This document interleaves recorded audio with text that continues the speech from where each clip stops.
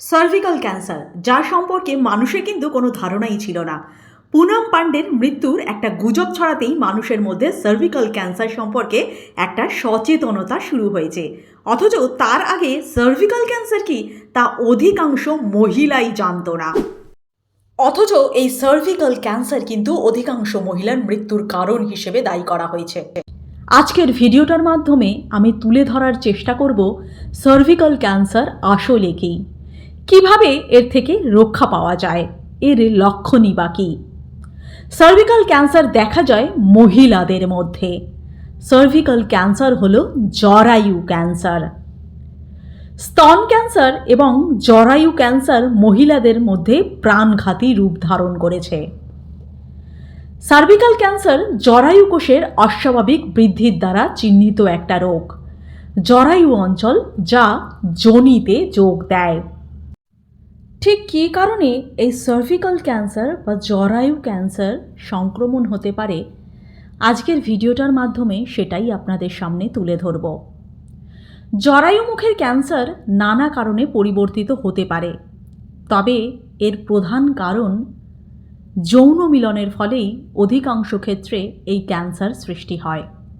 এটি একটি যৌনবাহিত রোগ, যা টিউমার দমন করতে সার্ভিক্যাল কোষের ক্ষমতাকে বাধা দেয়। এছাড়াও নানা কারণে এই ক্যান্সার ঘটতে পারে, যেমন অত্যাধিক পরিমাণে ধূমপান, নিম্ন আর্থ সামাজিক অবস্থা এবং HIV দ্বারা সংক্রমণ ঘটলে যে ভাইরাসটি এইডসের সৃষ্টি করে। কিভাবে আপনারা এর লক্ষণ বুঝতে পারবেন? এর কিন্তু নানা লক্ষণ রয়েছে, যেমন যোনিপথে রক্তপাত বা অন্যান্য স্রাব, পেলভিক ব্যথা বা সহবাসের সময় ব্যথা পাওয়া।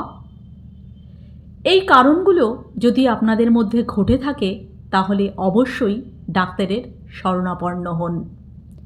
কিভাবে বুঝবেন যে এই রোগটা বিস্তার ঘটেছে আপনার শরীরে? প্রাথমিক রোগ নির্ণয় প্রায়শই একটি ইতিবাচক প্যাপ পরীক্ষার মাধ্যমে শুরু করা হয়, যা সার্ভিক্যাল ক্যান্সারের উপস্থিতিকে নিশ্চিত করার জন্য করা হয়। যেখানে জরায়ু, যোনি এবং ভালভা এর এপিথেলিয়াল টিস্যুগুলিকে একটি আলোকিত ম্যাগনিফাইং যন্ত্রের সাহায্যে দেখা হয়। এই পরীক্ষাকে বলা হয় কল্পোস্কোপ পরীক্ষা, যা মূলত জরায়ুর ক্যান্সার নির্ধারণের জন্য ব্যবহার করা হয়। এবার আসি ঠিক কোন স্টেজে কতটা ক্ষতিগ্রস্ত হতে পারে সার্ভিক্যাল ক্যান্সারে। স্টেজ 0, জরায়ু মুখের ক্যান্সারকে C2-তে কার্সিনোমাও বলা হয় এবং এটি জরায়ুর সাথে যুক্ত এপিথেলিয়াল কোষের মধ্যে সীমাবদ্ধ থাকে। পর্যায় 1, স্টেজ 1, ক্যান্সারগুলি সংযোজন টিস্যুতে ছড়িয়ে পড়েছে, যা এপিথেলিয়ামের নিচে রয়েছে।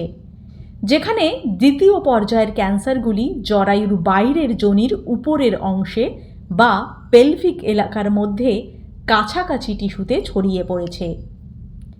স্টেজ 3, ক্যান্সার যোনিপথের নিচের অংশে বা পেলভিসের দেওয়ালে ছড়িয়ে পড়েছে। স্টেজ 4, ক্যান্সার ফুসফুস, মূত্রাশয় বা হাড়ের মতো দূরবর্তী অঙ্গগুলিতে ছড়িয়ে পড়েছে। জরায়ুর মুখে ক্যান্সারের জন্য 5 বছরের বেশি থাকার হার অনেক বেশি হয় যখন ক্যান্সার তার প্রাথমিক পর্যায়ে ধরা পড়ে। অনেক সার্ভিক্যাল ক্যান্সার এই সময় শনাক্ত করা হয় এবং এই রোগীদের প্রায় সম্পূর্ণভাবে সুস্থ করে তোলা যায়। তবে প্রথমেই বললাম, প্রাথমিকভাবে ধরা পড়লে এর চিকিৎসা করা সম্ভব। যদি এটি স্টেজ 3 বা 4 এর দিকে চলে যায় তাহলে এই রোগ নিরাময় হওয়া খুবই কম সময় থাকে। সার্ভিক্যাল ক্যান্সারের জন্য সার্জারি একটা কার্যকরী কিন্তু চিকিৎসা। লেজার দিয়ে নন ইনভেসিভ ক্যান্সার সহজেই অপসারণ করা যায়। আরও একটি বিকল্প হলো ক্যান্সারকে হিমায়িত করে ধ্বংস করা। ক্যান্সার টিস্যুর মধ্যে ছড়িয়ে পড়লে 2 ধরনের হিস্টেরেক্টমির প্রয়োজন হয়। একটা সাধারণ হিস্টেরেক্টমি, যা জরায়ু বা সার্ভিক্স অপসারণ ক্ষেত্রে কাজে লাগে। অন্যান্য ক্ষেত্রে যোনিপথের উপরের অংশের সাথে অন্তর্নিহিত সংযোগকারী টিস্যু এবং লিগামেন্টের অপসারণ করা হয়। সার্জারিগুলির মধ্যে যে কোনো একটি ফ্যালোপিয়ান টিউব এবং ডিম্বাশয় অপসারণের সাথে করা যেতে পারে। অস্ত্রোপচারের সময় জরায়ু বা ডিম্বাশয় অপসারণের ফলে মহিলাদের ক্ষেত্রে বন্ধ্যাত্বের সৃষ্টি হয়।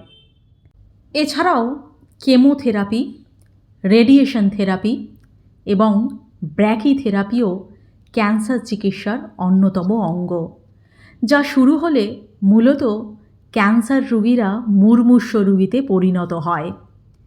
তাহলে বুঝতেই পারছেন সার্ভিক্যাল ক্যান্সার বা যে কোনো ধরনের ক্যান্সারই শরীরের পক্ষে কতটা মারাত্মক ক্ষতিকারক। মহিলাদের সজাগ হতে হবে সার্ভিক্যাল ক্যান্সার নিয়ে। তারা অনেকেই ব্যাপারটি এড়িয়ে যান। নানান ধরনের লক্ষণ দেখা সত্ত্বেও লজ্জার বশে তারা মানুষকে সেটা বলতে পারেন না। তাই নিজেরা সচেতন হন। বেশিরভাগ জরায়ু ক্যান্সারের ঝুঁকির কারণগুলো এড়িয়ে এবং নিয়মিত প্যাপ পরীক্ষা করার মাধ্যমে কিন্তু আপনারা সার্ভিক্যাল ক্যান্সারকে প্রতিরোধ করতে পারেন। সার্ভিক্যাল ক্যান্সারের প্রধান ঝুঁকির কারণই হল হিউম্যান প্যাপিলোমা ভাইরাস, যা কিন্তু একাধিক যৌন সঙ্গী থাকলে ঘটতে পারে। নিজেকে সুস্থ এবং স্বাভাবিক রাখার জন্য অবশ্যই প্রাথমিক লক্ষণগুলির দিকে একটু নজর দিন। একে হেলাফেলা করবেন না। ডাক্তারের পরামর্শ নিন। প্যাপ পরীক্ষা করান নিয়মিত। সুস্থ থাকুন। ভিডিওটি প্রচুর পরিমাণে শেয়ার করুন, যাতে মহিলারা জানতে পারে যে আসলে ঠিক কী সার্ভিক্যাল ক্যান্সার এবং সজাগ হতে পারে। নিজেদের জীবনকে সুস্থ রাখাই সবথেকে বড় দায়িত্ব। আশা করি আজকের ভিডিওটা আপনাদের ভালো লেগেছে। ভিডিওটা ভালো লাগলে অবশ্যই শেয়ার করুন সকলের ভালোর স্বার্থে। ভালো থাকুন, সকলকে ভালো রাখুন। ধন্যবাদ।